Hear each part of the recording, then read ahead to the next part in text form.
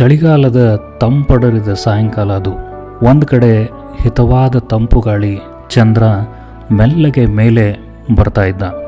ಹಂಗ ಓಣ್ಯಾಗಿನ ಎಲ್ಲರೂ ಕುರ್ಚಿ ಹಿಡಿದು ಗಡದ್ದಾಗಿ ಕುಂತಿದ್ರು. ತಮ್ಮ ಮನೆ ಮಕ್ಕಳು, ಮೊಮ್ಮಕ್ಕಳು, ಸೊಸೆಯಂದರು ಮಾಡೋ ಪ್ರೋಗ್ರಾಮ್ ನೋಡಿ ಕಣ್ತುಂಬಿಕೊಳ್ಳೋದು ಹಂಗ ತುಸು ಪ್ರೌಡ್ ಫೀಲ್. ಹೆಮ್ಮೆಯಿಂದಾನ ಉಬ್ಬಿ ಕುಳಿತಂಗ. ಪ್ರತಿ ಸಲ ನೆಪ ಹೇಳುವಂಗ ಮನ್ಯಾಗ ಕಾಯ್ತಿರ್ತಾರ್ರಿ, ಇಲ್ಲ ಮನೆಗೆ ಹೋಗಿ ಅಡುಗೆ ಮಾಡ್ಬೇಕ್ರಿ ಅನ್ನೋಂಗಿಲ್ಲ. ಯಾಕಂದ್ರೆ ಮನೆಯವರೆಲ್ಲ ಸೇರಿನ ಮಾಡ್ತಿರೋ ಕಾರ್ಯಕ್ರಮ ಮತ್ತು ಊಟ ತಿಂಡಿ ವ್ಯವಸ್ಥೆ ಎಲ್ಲ ಪದ್ಧತಿ. ಹೀಗಾಗಿ ಯಾರಿಗೂ ನಡು ಎದ್ದು ಹೋಗೋ ಪ್ರಸಂಗನೇ ಇಲ್ಲ. ಸಂಜೆ ಮುಂದೆ ಬಿಸಿ ಉಪ್ಪಿಟ್ಟು, ಸೇವು ಮತ್ತು ಚಹಾ ಇಷ್ಟು ಹೊಟ್ಟೆಗೆ ಬಿದ್ದ ಮೇಲೆ ರಾತ್ರಿ 10 ಗಂಟೆ ತನಕ ನಮ್ಮ ಮಂದಿ ಮಿಸಿಯಾಡಂಗಿಲ್ಲ. ಇದಕ್ಕೆಲ್ಲ ತಯಾರಿ ಶುರು ಆಗಿದ್ದ ತಿಂಗಳ ಮುಂಚೆ ಮೀಟಿಂಗ್ ಮಾಡಿ. ಮಕ್ಕಳ ಕಾರ್ಯಕ್ರಮಕ್ಕೆ ಸೀಮಿತ ಆಗಿದ್ದ ಇದು ಹಂಗೆ ಮುಂದುವರೆದ ಕಾರ್ಯಕ್ರಮ ಮುಗಿಯೋದ್ರೊಳಗೆ ಎಲ್ಲರೂ ಮಕ್ಕಳಾಗಿದ್ದ ಭಾರಿ ವಿಶೇಷ ಅದು. ಓಣ್ಯಾಗಿನ ಕೆಲವರು ನಾಯಕತ್ವ ವಹಿಸಿದ್ರು, ಆದರೆ ಸಹಕಾರ ಮಾತ್ರ ಎಲ್ಲರದೂ ಇತ್ತು. ಇದರೊಳಗೆ ಮನೋರಂಜನೆ ಜೊತೆಗೆ ಹಿರಿಯರಿಗೆ ಗೌರವ ಸಲ್ಲಿಸಿ ಜ್ಯೋತಿ ಬೆಳಗಿಸಿ ಶುರು ಮಾಡಿದ್ದ ಮುಂದಿನ ಪೀಳಿಗೆಗೆ ಪಾಠದ ಥರ ಇತ್ತು.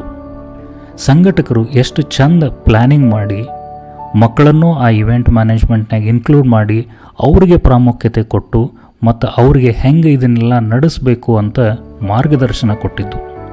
ಒಂದು ಪ್ರೋಗ್ರಾಮ್ ಲಿಸ್ಟಿಂದ ಹಿಡಿದು ಸ್ಟೇಜು, ಮೈಕು, ಊಟದ ವ್ಯವಸ್ಥೆ, ಅದಕ್ಕೆ ಮೆನು ಏನು, ಎಷ್ಟು ಜನ ಮತ್ತು ನೀಡೋ ವ್ಯವಸ್ಥೆ, ಇವೆಲ್ಲ ಆ ಯುವ ಪೀಳಿಗೆಗೆ ಒಳ್ಳೆ ಪಾಠ.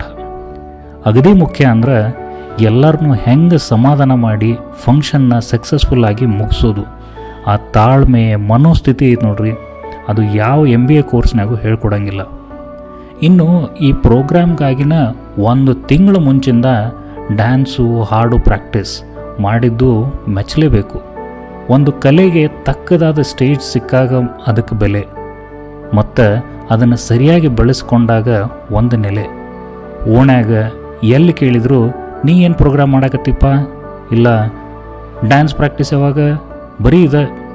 ಓಣ್ಯಾಗ ಯಾವುದೋ ಮದುವೆ ಇರೋ ಅಷ್ಟು ಸಂಭ್ರಮ. ಇನ್ನು ಅವರೆಲ್ಲ ಸ್ಟೇಜ್ ಮ್ಯಾಗ ಪರ್ಫಾರ್ಮ್ ಮಾಡಿದಾಗಿನ ಖುಷಿನೇ ಬೇರೆ. ಗೆಳೆಯರದೊಂದು ತಂಡ, ಗೆಳತಿಯರದೊಂದು, ಜೋಡಿಗಳದು, ತಂದೆ ಮಗಳು, ಅಮ್ಮ ಮಗಳು, ಹಿಂಗೆ ಒಳ್ಳೆ ಕಾಂಬಿನೇಷನ್ಗಳು. ಒಂದು ಭಾರಿ ಮಸ್ತ್ ಅಂದ್ರೆ ಪಾಲಕರಿಗೆ ಮಕ್ಕಳು ಡ್ಯಾನ್ಸ್ ಕಲಿಸೋದು ಮತ್ತು ಅವರು ತಪ್ಪು ಮಾಡಿದಾಗ ಮಕ್ಕಳ ಗದರೋ ಮೂಮೆಂಟ್ ಐತೆ ನೋಡ್ರಿ, ಆ ಪಾಲಕರ ಹೆಮ್ಮೆಯ ಗಳಿಗೆ ಅದು.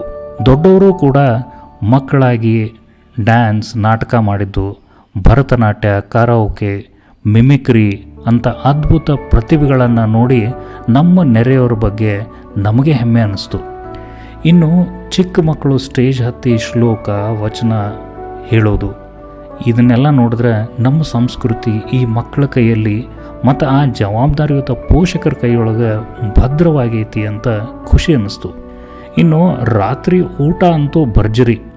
ನಮ್ಮ ನಾರ್ತ್ ಕರ್ನಾಟಕ ಸ್ಪೆಷಾಲಿಟಿ ಅಂದ್ರೆ ಊಟ ಕಡಿಮೆ ಬೀಳಬಾರ್ದು, ಮತ್ತು ಊಟ ಉಳಿತು ಅಂದ್ರೆ ಬಿಡೇ ಇಲ್ದ ಮನೆ ಕಟ್ಕೊಂಡು ಹೋಗ್ಬೋದು. ಪ್ಲೇಟ್ ಲೆಕ್ಕ ಇಲ್ಲ, ಎಷ್ಟು ಬೇಕಷ್ಟು ಕೇಳಿ ನೀಡಿಸ್ಕೋಬೇಕು, ಆದರೆ ವೇಸ್ಟ್ ಮಾಡೋಂಗಿಲ್ಲ. ಈ ಫಂಕ್ಷನ್ಗೆ ಅಂತ ಮೀಟಿಂಗ್ ಕರೆದಾಗೆಲ್ಲ ಓಣ್ಯಾಗೆಲ್ಲ ಏನೋ ಸಡಗರ. ಇದೆಲ್ಲ ನೆರವೇರಿದ್ದು 2023ರ ಕೊನೆಯ ದಿನ ಅದು. ಹಾವೇರಿಯ ಮಂಜುನಾಥ್ ನಗರದ A ಬ್ಲಾಕ್ನ ನಿವಾಸಿಗಳು ತಮ್ಮದೇ ಆದ ಕಾರ್ಯಕ್ರಮ ಮಾಡಿಕೊಂಡು ತಮ್ಮನ್ನು ತಾವೇ ರಂಜಿಸಿಕೊಂಡ ಅದ್ಭುತ ಕ್ಷಣಗಳವು. ರಾತ್ರಿ 12 ಗಂಟೆ 2024ನ ಸ್ವಾಗತಿಸಿದ್ದು ನಮ್ಮ ಚಿಕ್ಕ ಗಲ್ಲಿಯ ಜನರ ಏಕತೆಯ ಸಂಘಟನೆಯ ಸಂಕೇತವಾಗಿ.